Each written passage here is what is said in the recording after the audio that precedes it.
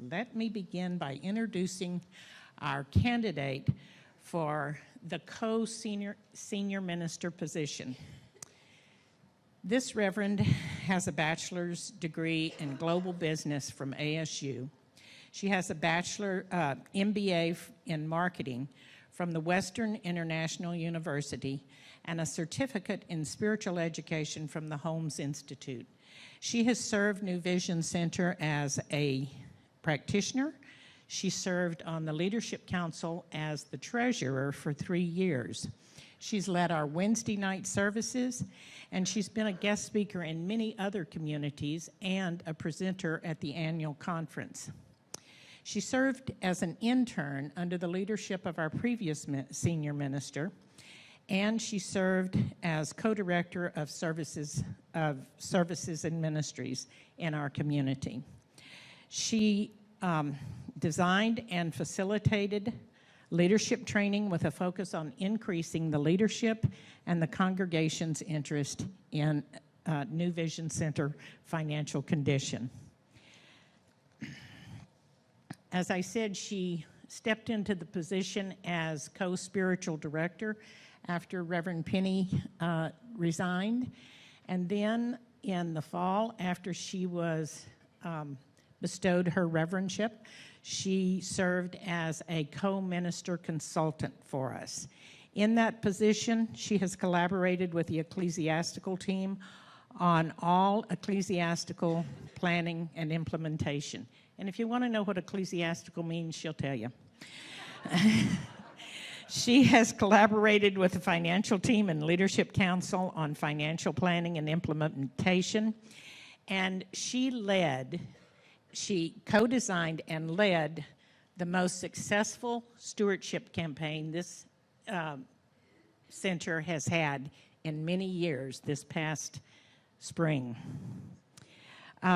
She also supports and leads and inspires the membership development and pastoral care, annual theme development, and interfaith and greater community presence. Some of her creative projects, just a few of them, include the 21-day journey to create powerful and lasting change, the Spiritual Concierge blog, and the NVC Companion Journal. Please join me in welcoming Reverend Karin Lewis.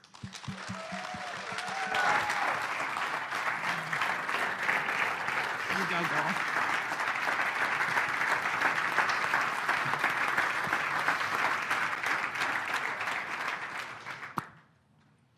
Well, I thought I was done with the tears, but clearly not. So there's more. Oh my gosh, when I listen to that song that Mark wrote, I don't see. Oh, there you are. Thank you. Thank you. It's like you were with me this week when I wrote the message for today. So thank you so much. What talent we have here. What amazing talent. And isn't it amazing how we all come together to create this community? It is not up to just one person or two people or the leadership. It is all of us. So thank you for that. Here we are. It is a very, very busy day, to say the least. There are lots of directions I could have taken today's talk.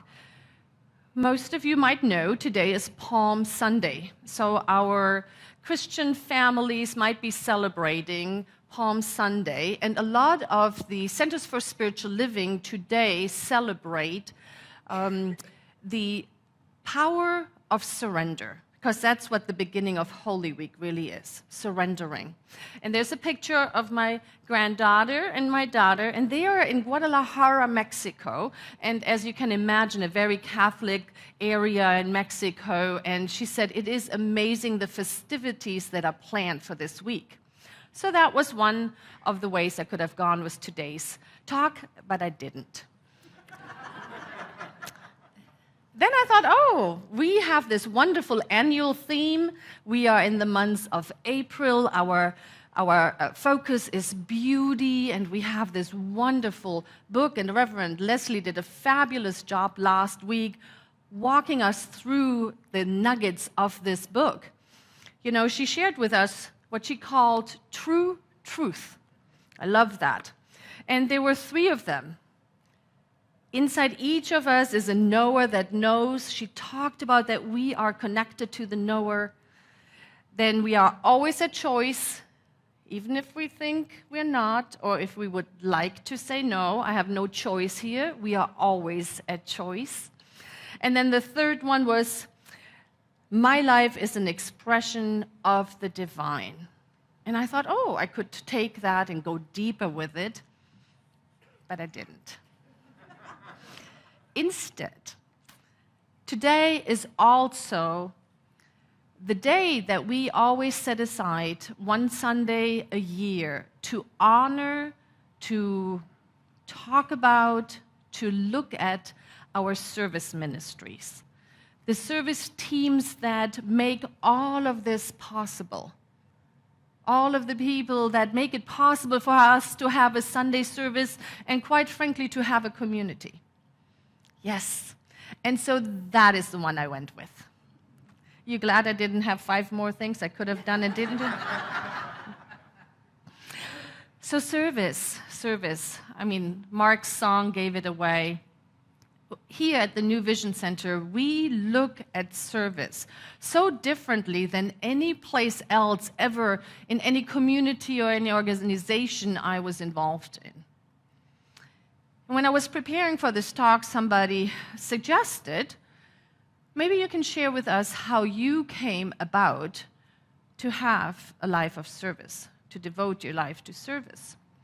And I thought about that, and a memory came up. I was about 8 or 9 years old.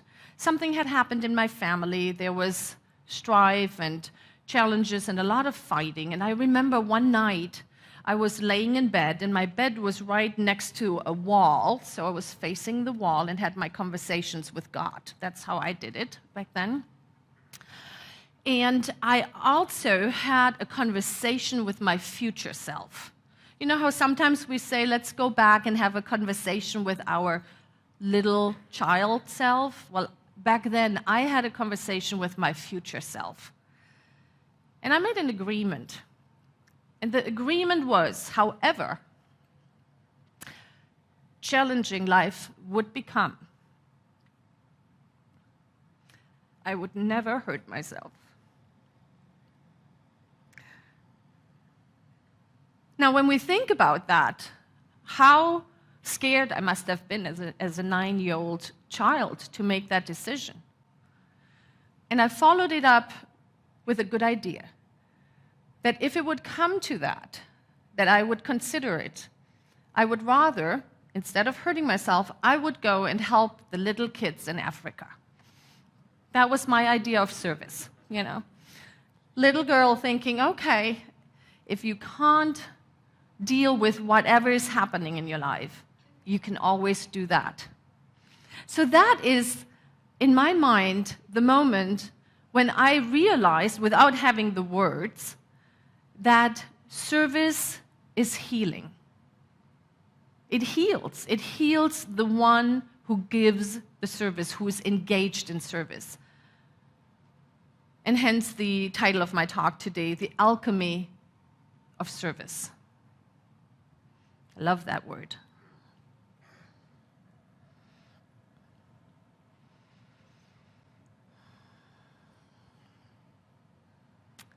So how did you discover that you want to serve, that you want to volunteer, that you want to give? Is there a moment in time that you can connect with where something in you shifted when you were engaged in serving another, being there fully for another?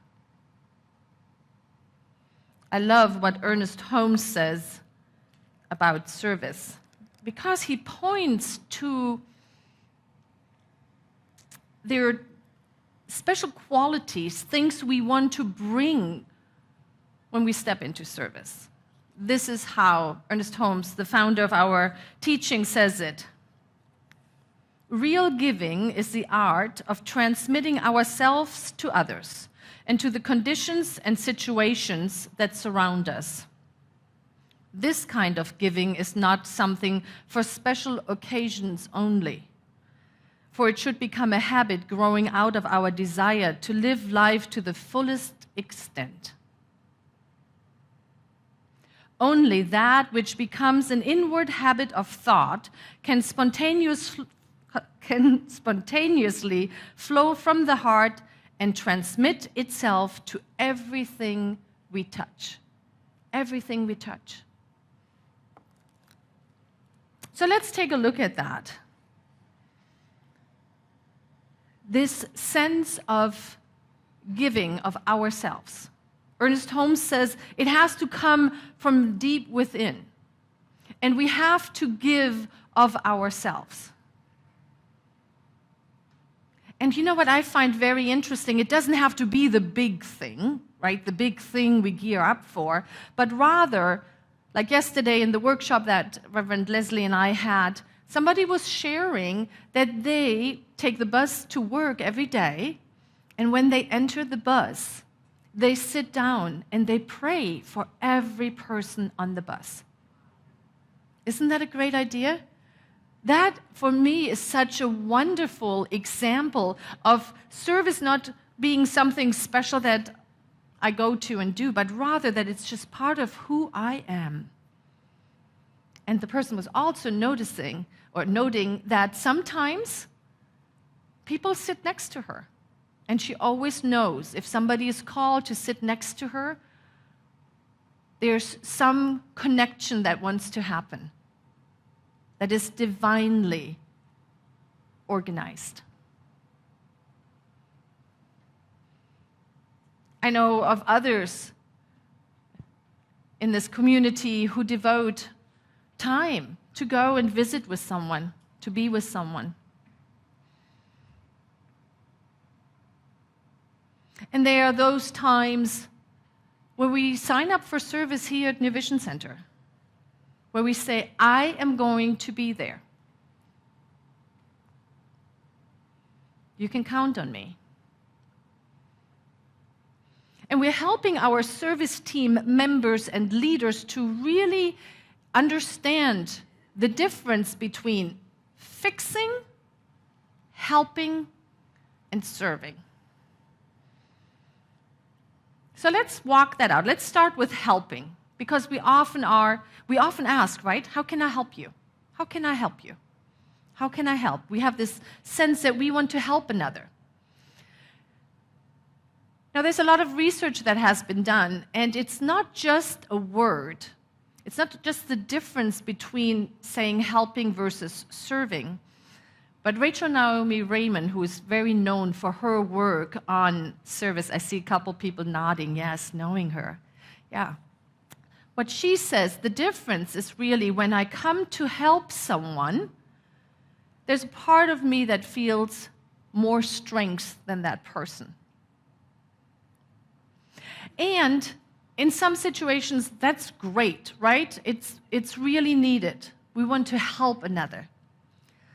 But the difference between helping and serving is that when I serve, I meet you in that place where I know that I am whole and you are whole. Wholeness calling onto wholeness. Deep calling onto deep. Knowing that whatever is happening in the outside that might need to have support around it is just on the outside. At the very center, we are equals. Does that you get the difference? Helping is I am connecting with my strength. I got this. Let me go ahead and help you with that. Let me go ahead and help you with that.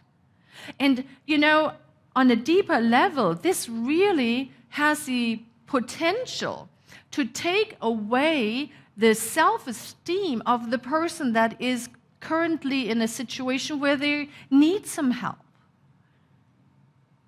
If I can, rather than come from this place of, I got this, I'm going to help you, but rather was, I know that you are whole, perfect, and complete, and you are experiencing some challenges. And I happen to have capacity to meet you in that place. And I believe when we are able to do that, the healing that Mark sang so beautifully about happens in both individuals, in the giver and in the receiver. And that is how we feel that we truly are one when we serve.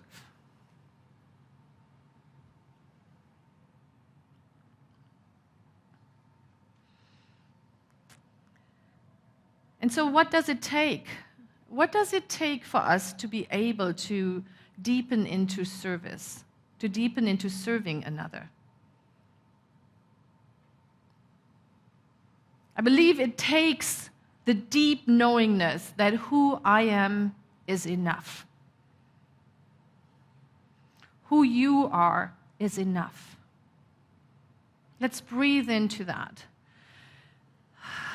I am enough. I am enough. It takes a little bit away from having to do the dance, having to, cite the things that we have done before and all the things. It strips all of that away and leaves us able to intimately connect with the person that we are serving.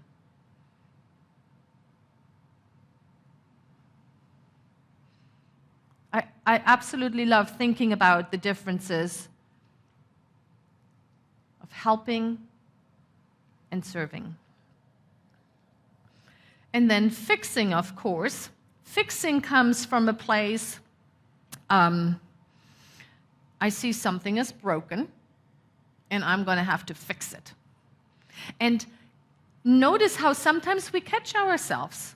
I catch myself. Something, I look around, sometimes here at New Vision Center, I see an area and I think, oh man, I've got to fix that. There's something not working there. I've got to fix that, And then, of course, either I catch myself or my beloved co-minister says,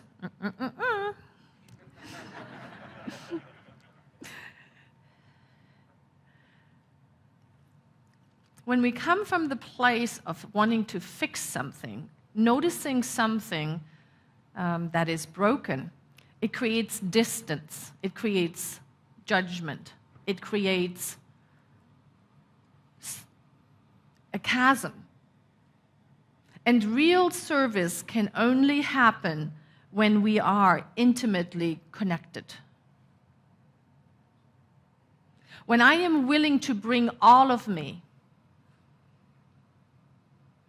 the things that I have figured out, my wounds, all of me, to the situation, to the person, it is then that the healing can happen.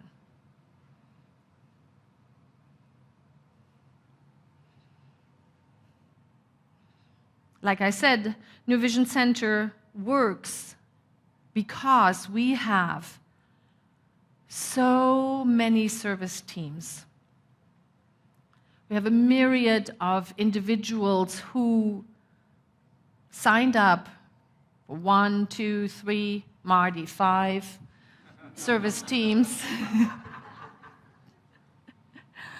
And today is the day that we acknowledge all of them. And I would like to do that during this time. And I would like to do it in a very special way. So please join me just centering in right where you are. And I invite you to take your hands and rub your hands together. Just create some warmth. Breathe into it, and into your hands, place all the gratitude, all the thankfulness that you have for this place, for the healing that you have received here, for the connections that you made here, for the beloveds that you met here. And we just place it all in our hands, and when you feel ready, you just allow your hands to open up, and let's fill up this room with a vibration of gratitude. And into this vibration, I ask that Vernice Reyes and Beverly Strutt might stand. Please rise, stand in this appreciation. Every person that is leading one of our service teams here at New Vision Center, please rise. The kitchen crew, the song leaders, the ushers, the outreach, all of our beloveds on our leadership council, please rise. Feel the gratitude for all that you do. Our finance team, our practitioners, please rise. Every person in the band that has brought their skills to this beautiful, beloved community, please rise. Open up and receive this gratitude that is palpable. And every person that is serving on a team, on one of our service teams, please rise. Rise into this appreciation, recognizing that without us, it would not be possible to have a center. Everybody who shows up on Sunday mornings, the people who helped with beautifying our youth and family area, please rise. You know who you are. All the people that helped. This is our community.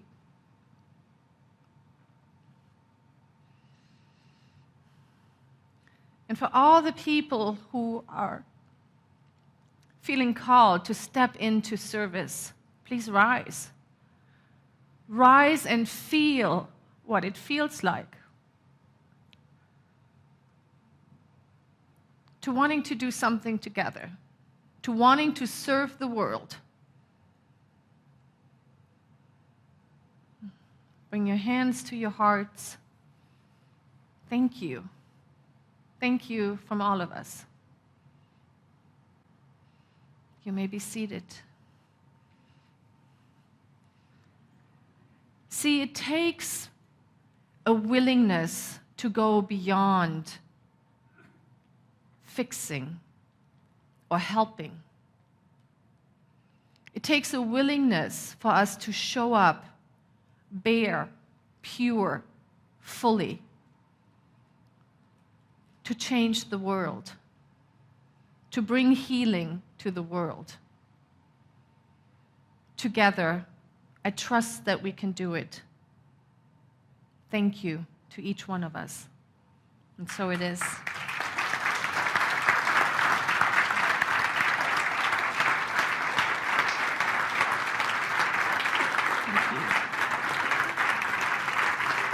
Thank you.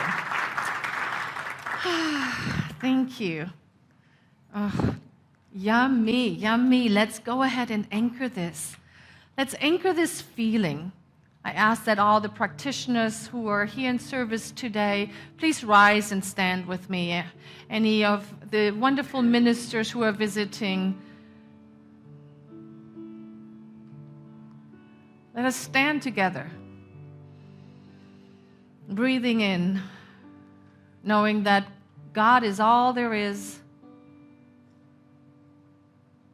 Just knowing that there is one power, one presence, that the universe is made up of all these different lights, and that the light of the Creator is at the very center of everything. That is true this morning, as it has always been true and as it always will be true. And so I know for myself that I am connected to the love, to the peace, harmony, joy, and beauty that is the divine. And as I know this for myself, I know this for every person in this sanctuary, any person that hears this prayer, any person that is connected, and even the people that drive by on Tatum Boulevard. I know that there is a whisper on their heart, a calling force to stepping onto this path that says, you are it, my beloved. You are it. You are who you have been waiting for, and you are who the world has been waiting for. You are it. And so I'm breathing in the deep knowingness that the blessing has always been there. That we are whole, we are perfect in the divine. And we are loved beyond measure. And how very, very grateful I am to come together to know, to lean into this love, into the power of love that is being revealed by each and every person. I know that every person that is serving on our service teams and receives the gift in the breezeway today or in the next couple of weeks will take that token of appreciation out into the world with them. I know that it will awaken more hearts and transforms more lives. And for all of this, I am so grateful. Thank you, life. Thank you, life. And so it is.